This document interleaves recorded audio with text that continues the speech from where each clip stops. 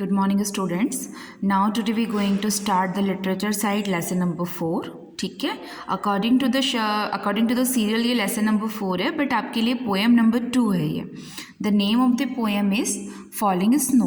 Snow का मतलब होता है बर्फ़ गिरना. ठीक है, ये उसी के ऊपर एक पोएम है. Meg is reading a beautiful poem about snow. Let us read with her. Meg नाम की जो बच्ची है वो स्नो के ऊपर एक पोएम पढ़ रही है, तो अब हम स्नो के बारे में पढ़ते हैं. स्नो क्या होता है? रिलेटेड टू वेदर होता है. ठीक है, जब आपके आसपास बहुत ज़्यादा बारिश हो जाती है तो उसकी क्लाइमेटिक प्रॉब्लम्स भी होती हैं. उसी तरह हर क्लाइमेट में कोई ना कोई इश्यूज़ होते हैं. बट जो स्नो होती है, उस स्नो के गिरने पर चारों तरफ कैसा माहौल हो जाता है, खूबसूरती होती है, वो पोइट ने इस पोएम में डिस्क्राइब की है. So let's start. Falling snow. See the pretty snowflakes falling from the sky. On the wall and the house top, soft and thick they lie. See the pretty snowflakes. Snowflakes का मतलब होता है जो गिरती हुई बर्फ़ होती है. Falling from the sky, आसमान से गिरती हुई प्यारी सी बर्फ़. On the wall and the house top. Wall यानी दीवार और house top यानी कि घर के जो रूफ होते हैं, छत होती है. देखो किस तरीके से जम गई है जाके. सॉफ्ट एंड थिक दे लाई, यानी कि बहुत ही नर्म, और थिक यानी कि पतली पतली मोटी सी जो लेयर होती है वो इन घरों के जो रूफ टॉप है वहाँ पर जम चुकी है. On the window laissez. Window laissez का मतलब होता है ये जो खिड़की के साइड में जगह होती है ना, देखो यहाँ पर भी बर्फ़ कैसे जमी हुई है. On the branches bare. Branches bare का मतलब जो भी पेड़ है उन पर या साइड में जो छोटी छोटी ब्रांचेस होती है पेड़ों की, जस्ट लाइक ये देखिए, जैसे कि ये पेड़ है, ये इसकी ब्रांचेस निकली हुई हैं, तो इन ब्रांचेस पे भी कैसे ये स्नोफ्लैक्स जो होते जाके जम गए हैं और बिल्कुल एक अलग सा ही माहौल क्रिएट कर रहे हैं. On the window ledges, on the branches bare. Now how fast they gather, falling all the air. Now how fast they gather का मतलब होता है ये कितनी तेज़ी से इकट्ठा होते हैं. जिस तरीके से आसमान से बारिश तेज़ी से गिरती है और बहुत सारा पानी एक जगह इकट्ठा हो जाता है, ठीक उसी तरीके से स्नो जब फॉल होती है, बर्फ़ जब गिरती है तो इतनी तेज़ी से गिरती है कि चारों तरफ बर्फ़ का माहौल हो जाता है. Look into the garden where the grass was green, covered by the snowflakes, not a blade is seen.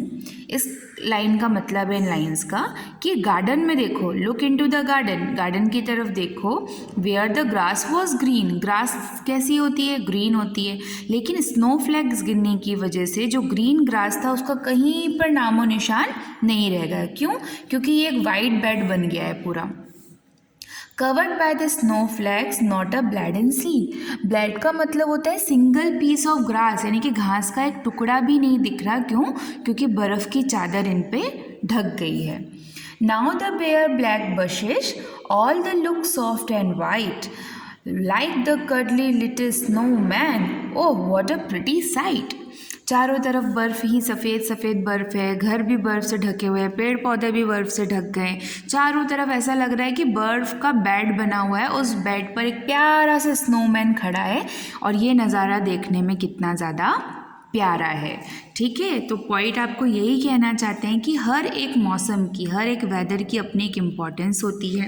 एक प्यारा सा सीन होता है जिसे हम अपने आसपास इमेजिन कर सकते हैं, और उसकी अपनी एक विशेषताएं भी होती हैं. So let's read again the poem. See the pretty snowflakes falling from the sky, on the wall and house tops, soft and thick they lie. On the window ledges, on the branches bare. Now how fast they gather, filling all the air.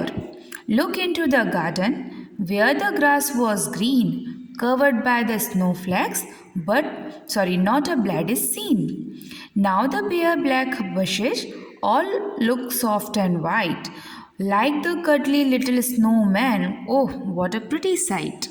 और इसके जो point है वो annoyance means, मतलब इसके point कौन है वो यहाँ पर मेंशन नहीं किया गया है. Okay students, so look at the word meanings.